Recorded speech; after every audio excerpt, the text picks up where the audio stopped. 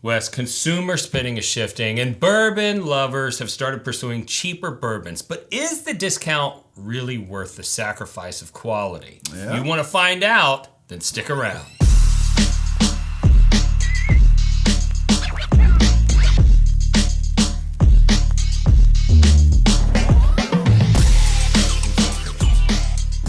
All right, folks, welcome on in here.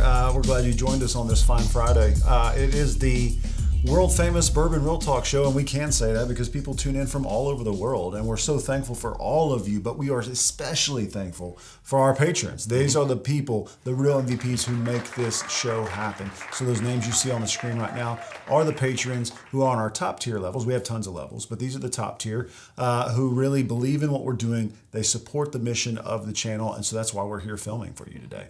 And so we're super thankful for you guys. So if you want to know more about the Patreon options, stick around to the end of the video, and we'll tell you all about it. Awesome. All right, so recently I was on the phone with one of the most influential spirits buyers. Me? Are you a spirits buyer? I buy spirits. Okay, well, all the time. I meant somebody who buys spirits for retail stores. Oh, okay, yeah, no, I don't do that. Yeah. No, I just buy and it he's for the kind of maker. He's the kind of guy like he has the power to make and break a brand. Ooh, okay. That's definitely not me. And he flat out told me that the over $50 market was dead in American whiskey. Ooh. And good news for me, I have the only $50 bottle of 12-year age-dated whiskey in the country that is not on allocation. And humble brag. It's not really me. It's the whole team. But anyways, that retailer's doing very well with that bottle. That's awesome. But it got me to thinking, like, there are a bunch of whiskeys out there that there's two versions of it. And one is under $50 and one is above $50. Well over $50, yeah. And so what would happen if we blinded the under 50 version with the over 50 version? Oh, wow. Yeah, that's a great idea. And we saw for ourselves whether or not we would think that the discount was worth it. Or should you, as a consumer, spend the extra money and maybe drink a little less frequently because the drinking experience is going to be even better. Okay. And so the blinds that we have set up here, we want to do a variety of distilleries and spirits. Yeah. So representing Buffalo Trace, we have a Sazerac, happens to be a single barrel rye. Okay. So they do have the Sazerac small batch, which in our market's $28.99, but the single barrel is $30.99. So we have a Sazerac single barrel versus the Saz 18-year-old. Not $30. That is not $30. It is. It does retail for $119.99. If you find that. If you saved up your points for 5 years, or you camped outside of a liquor store for 2 days, or you just decided to go on the secondary market, or you did some shady stuff that we don't want to hear about. Yeah, we don't want to hear about on the secondary market and spend over $1,000. That bottle is hard to come by. Okay. Tell them what the next lineup is, because this is your specialty. Oh, okay. So we got some Knob Creek in here. We got some Knob Creek. All right, my favorite. All right, so we got a Knob Creek 9-year. Okay, those are just under $30, at least in this market. And for the record, I know in your market it's not under $30. Yes. And I know you're going to want to say so in the comments. And we're so sorry. We literally looked this up on Total Wine today to make sure our price was still below $30. We're sorry you don't live in Texas. You should. You should. But anyways. I know a good realtor. Yes, we do. Knob Creek 9-year is worth the move to Texas in itself. Yeah. But if we are going to compare that with its bigger brother, we're going to be talking about the KC 12. Yeah. Right? Your Knob Creek 12-year, similar proof point, of course, same proof point, and it's a little bit more expensive, around $62, $63, somewhere in there. So to jump from like $30 to Doubling. $63 over 3 years, this is going to be an interesting lineup. Yeah, absolutely, and the same price. So I'm curious to know if I would even tell the difference, because I do drink a fair amount. He's going to know that. He's going to know which one is Knob Creek, and he's going to know which one is the 9. The curiosity will be whether or not he picks a 9 or a 12. Yeah. And then Wild Turkey 101 is one of my favorites. Yep. In our market, it is $19.99. Gosh, what a solid pour for $20. It's 101 proof, obviously. Yeah. They have another much more expensive version called Kentucky Spirit that's also 101 proof, but it is a single barrel. And the price jumps from $20 to $80.99 in our market. Stiff That's a stiff price to pay. So here's the question: can you tell the difference? I don't know, man. This is gonna be... And so, what do you say? We could have that more expensive taste. You never know. Yeah, we're gonna find out. Let's taste it up and see what happens. All right.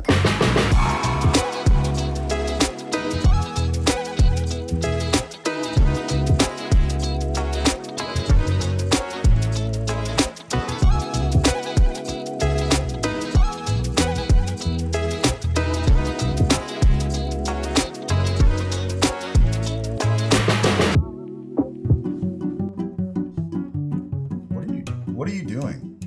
Oh, I'm testing my new whiskey glass that I had designed. Why? Well, there's a company out there that's a real Karen, and she threatened to sue us. Really? You don't say. Yeah, so we had been producing some traditional tulip-shaped whiskey glasses. Oh, yes. We never used the name. Right, of course. But they claimed to own the shape of the glass. And since I'm just a little guy, I couldn't fight. Right. But do you know what that motivated us to do, Wes? What? To go out and design a glass that was actually made for high-proof American spirits. So the company that had the problem with us, their glass was originally designed for low-proof Scotch whiskey. Oh, okay. 80, 86 proof, that type of thing. And you know what I had noticed? Every time I would nose a really high-proof, high-quality spirit in the United States out of this glass, all I got was ethanol burn. Yeah, a little burn there. I felt that. And so we went out and we designed this glass that's actually designed for those higher proof spirits. And I'm so confident in this glass that if anybody were to go to our website and buy one, I'm offering a money-back guarantee.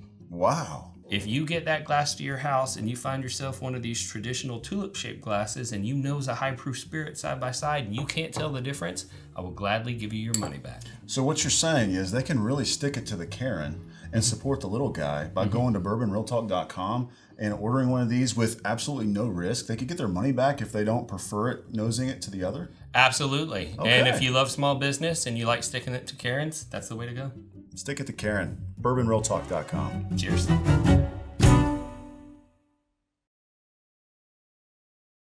Okay. Oh, boy. Do you have your rankings? I've got them. I think it'd be fun for us to say what we picked and why we picked it before we do the reveal. Okay. Okay, so pretty obvious that the first one was the rye. Yeah. I strongly preferred the one on the right. I did too. Which I believe is the Sazerac single barrel. I think that the one on the left is the 18-year-old, and I think that because it tastes terrible. That's a good way of putting it. Saz 18 is just like way overblown, like way too much oak, not enough fruit in the mid palate. But we'll see if I'm right. What are your thoughts on this two? You took the words out of my mouth. I do think the right is the single barrel, and the left, and I think is a Saz 18. And like you said, it's just got way too many like funky flavors that are just not a usual, not only bourbon flavor but a rye flavor. Just your typical whiskey notes that you would look for. It's just like something's going on there that I don't like. Okay, so moving on to the second pairing. I actually was a little unsure which of the second and the third pairing. We picked the same thing. All the way down the board, yeah. I actually am unsure whether or not the second pairing or the third pairing was Knob Creek. You know what is embarrassing but true? I agree. I could not, and to me, Wild Turkey just has such a different flavor profile to me. Not today. Than Knob Creek, but today, I don't know if she did the same. I don't know what she did. We're gonna find out. Maybe she just tricked us, but usually I get like a heavy medicinal cherry note with Wild Turkey products, but these I'm getting like peanutty flavors with both of these. I get a little peanut on Wild Turkey. Really? Not as I much never as Beam, but in a blind, sometimes Wild Turkey I just get a hit of peanut mixed in with that cherry. But if I gun to my head, I would guess that the second pairing was Knob Creek. Okay. What do you think? Gun to my head, I would guess that the third is Knob Creek. Okay, so I am probably wrong because Wes knows Knob Creek like the back. I don't know. I'm so nervous about this. I've never been more nervous about Knob Creek.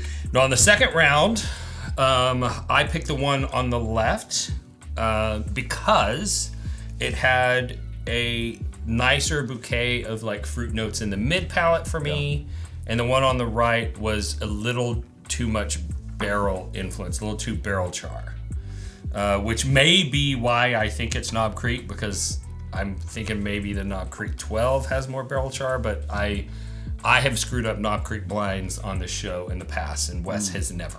That could be a first. Yeah. Tonight. Now, the third flight, what'd you think about that? So both very peanut forward to me. The one on the right just tasted more like, for lack of better words, just tastes more like what I'm used to, like with a good Knob Creek 9 pour. Like I'm guessing this is Knob Creek 9. I could be wrong. And No, you're gonna be right. But this just tastes more like that beaminess that I've grown to love. A little bit of like a crunchy peanut butter, like the crunchy peanut butter that you get. Got a little bit of a just a warmth to it that I really enjoy. And these middle offerings didn't have quite as much of that. But this one on the left here in the middle, really, I know they're the same proof, right? 101. If this is the Wild Turkey, or if they're the Knob Creek, they're both 100. It just tasted more proofy, which I actually liked in this occasion. It brought a little bit more powerful flavors forward to me than the other one. So that's why I chose that one and this one on the right here. So the third flight was the hardest for me to call. These were the most similar on their palate. Very similar, yeah. Very, very similar. Which also leads me to believe that my call may have been wrong. This could be Knob Creek, because going from a 9 to 12 year of the same spirit would produce the smallest variance. So I don't know, but I did prefer the one that was on the right, as did you. So all across the board, we have the same picks. Same picks. Okay. Here's the scary part. All right, let's see. Out here. Let's see what she got them covered up down She's here. got them covered up. Chrissy Lynn pours these and then covers them. Oh, dude, you were right. What? Okay. We've got the Knob Creek, the Saz 18 on the right, and the Saz Rye single barrel that we picked on the right. Yeah, on the yeah. right. There's no there. Just put them all up here and then come back around. And we've got the Knob Creeks here in the middle. Wow, I got those wrong. And the Wild Turkey's on the far end. Wow, look at that. Look at that. Okay, so big reveal. I never thought that Wild Turkey would taste so beamy in my life. But In a blind, bro? Today, in a blind. Well, in all fairness, this is our 6th episode. We've sipped quite a bit. We've sipped some whiskey. So yeah, no shame in your game. But I still picked the Knob Creek 9, which I detected that barrel char influence from the higher age, and it just goes to show, that some people's palates prefer the more fruity profile that you get on a slightly younger whiskey. Yeah. And let's keep in mind that historically, bourbon that was aged over around 8 years in Kentucky was thought to be bad because nobody wanted it. Yeah. So that it's totally okay to not, super gravitate towards the higher age statements. So in the first flight, we both picked the under $50 version. Yep. In the second flight, we both picked the under $50 version. And in the third flight, we both picked the over $50 version. Now that we have the reveal. Yep. Would you say that the variance, because it's already on camera, you just saw it, that this third flight was the hardest for me to identify the two? Yeah, I would agree. Okay. They were very similar. And so would you, based on flavor difference, say that if you were balling on a budget and you were trying to have a good whiskey experience but not break the bank, would you jump from $20 a bottle to $81 a bottle? Absolutely not. Absolutely. It's not that big of a taste difference, if there's even a taste difference at all. We just have to choose one. They taste very similar. Very similar. Yeah. There's no way I would pay more for one than the other. I just cannot believe, like I thought for sure this was more nutty to me, and I just can't believe, I've never picked up nuttiness. Really? From Wild Curve. Never. That's why I thought she was tricking us. No. When I actually do blinds, if I taste nutty with cherry, it's wild turkey for me. Some people get like this turkey funk, and I typically don't. But if there's like cherry and nutty, it's wild turkey for me. I'm trying to see if I'm getting. But my palate's not really keyed in on the nuttiness today because both of these tasted so fruity. I don't know how many ounces of whiskey we've sipped today, but it's been quite a bit, and we are just pretty burnt out. Yeah, we're burnt out. But I mean, still, there's no excuse. I'm sorry, Mr. Beam. I know you're watching this. You're one of my biggest fans, as I am yours, and I really apologize for my mishap today. It'll never happen again. It'll never happen again. Ever. Also, any of the Russells, if you're ready for Wild Turkey 102. That's your guy. I've already got the whole plan. Business plan. It's all ready to rock and roll. Wild Turkey 102 taking over the world. Yeah. You know why? Because it's one better. It's one better. It's one better. Always has been, always will be. All right. Yep. What do you say we give some whiskey away? I think we should. I think we should choose 3 winners. Okay. We'll do 1 ounce. What if we just did 1 ounce samples for 3 different people, and we include this same lineup for them to check out on their own? Okay, but let's do it blind. Blind. Yeah, Even just better. like us. Just like us. That way they have no idea what they're tasting. Yep. Well, I mean, actually, let's talk about that. So, in spirits, okay, for all of you scientists out there watching, Yes. double blind in the Yes. beverage alcohol industry is not the same as double blind in clinical trials. Okay? Absolutely. Yes. Single blind in beverage alcohol means you don't know what's in the glass, but you know what could be in the glass. Exactly. Double blind means you have no idea what's in the glass. Triple blind means you can't see, and you don't know what's in the glass, and you don't know what the options are. That's actually a good idea. Like, there are some whiskey glasses that are not clear, so you can I'm telling you, not I'm be down. influenced I'm by down the for color. a triple blind. That's actually a more interesting way to taste tequilas because they have, some that are aged and some that are, Blanco. But yeah. Let's do a triple blind soon. Yeah. So this is going to be a single blind, but you won't know which sample is what. Mm-hmm. And so 3 winners, 1 ounce. You're getting these whiskeys: Saz 18, Saz Single Barrel, Knob Creek 9, Knob Creek 12, Wild Turkey 101, and this single barrel of Kentucky Spirit. Now, if you want to enter this giveaway, it's super easy. You just need to like the video, subscribe to the channel, ring the bell, because that'll notify you of future episodes. You need to know about those because we do giveaways on every episode. So check it out. Ring the bell. And the last thing you need to do is go in the description, fill out the web form, the link's right there, and just give your basic contact information. We're not going to sell it. We're not going to give it away to anybody else. We're going to use it for the randomizer, and then we're going to post those results publicly to whoever won, and we'll use your contact info to ship you these samples absolutely for free. No hidden fees. No, you don't have to pay the shipping. We're not going to stick you with a fee you're not expecting. It is completely free. So make sure you join the giveaway today. Yeah. And if you like this content, you want to support the channel, we have 3 different ways. We have a Patreon. Yep. Bunch of different membership levels, bunch of different benefit packages. Go check that out. We also have merchandise on the Bourbon Real Talk website. Whiskey stuff created by whiskey people for whiskey people, plus a bunch of customization options. Yep. Laser etch glasses, so on and so forth. And then I am a residential real estate agent. That's how I pay for my life. I operate in the Dallas and Houston metro areas, and if you need service in either of those markets, I'd love to talk with you about that. I do give epic whiskey bottles as closing gifts, and you can find links for all 3 ways to support the channel in the video description with the giveaway link. Yep. And if this is your first time tuning in, you may be going like, what the heck is going on?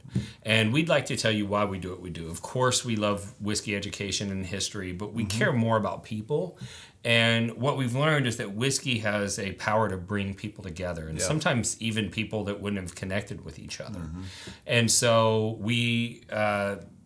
I personally was looking for a way to connect people because I lost a loved one to suicide who had started to lose some of those connections. And I saw the power of whiskey, and I thought maybe if I could get you connected to whiskey, whiskey would do the rest of the job and get you connected to others. So we started the channel, but we started looking for forums to help facilitate interaction. And some of the forums had a lot of negativity in them from people we call whiskey trolls that just kind of ruin everybody's good time. Yeah. And unfortunately, they're so vocal in some communities, they kind of take over the culture and everything's negative.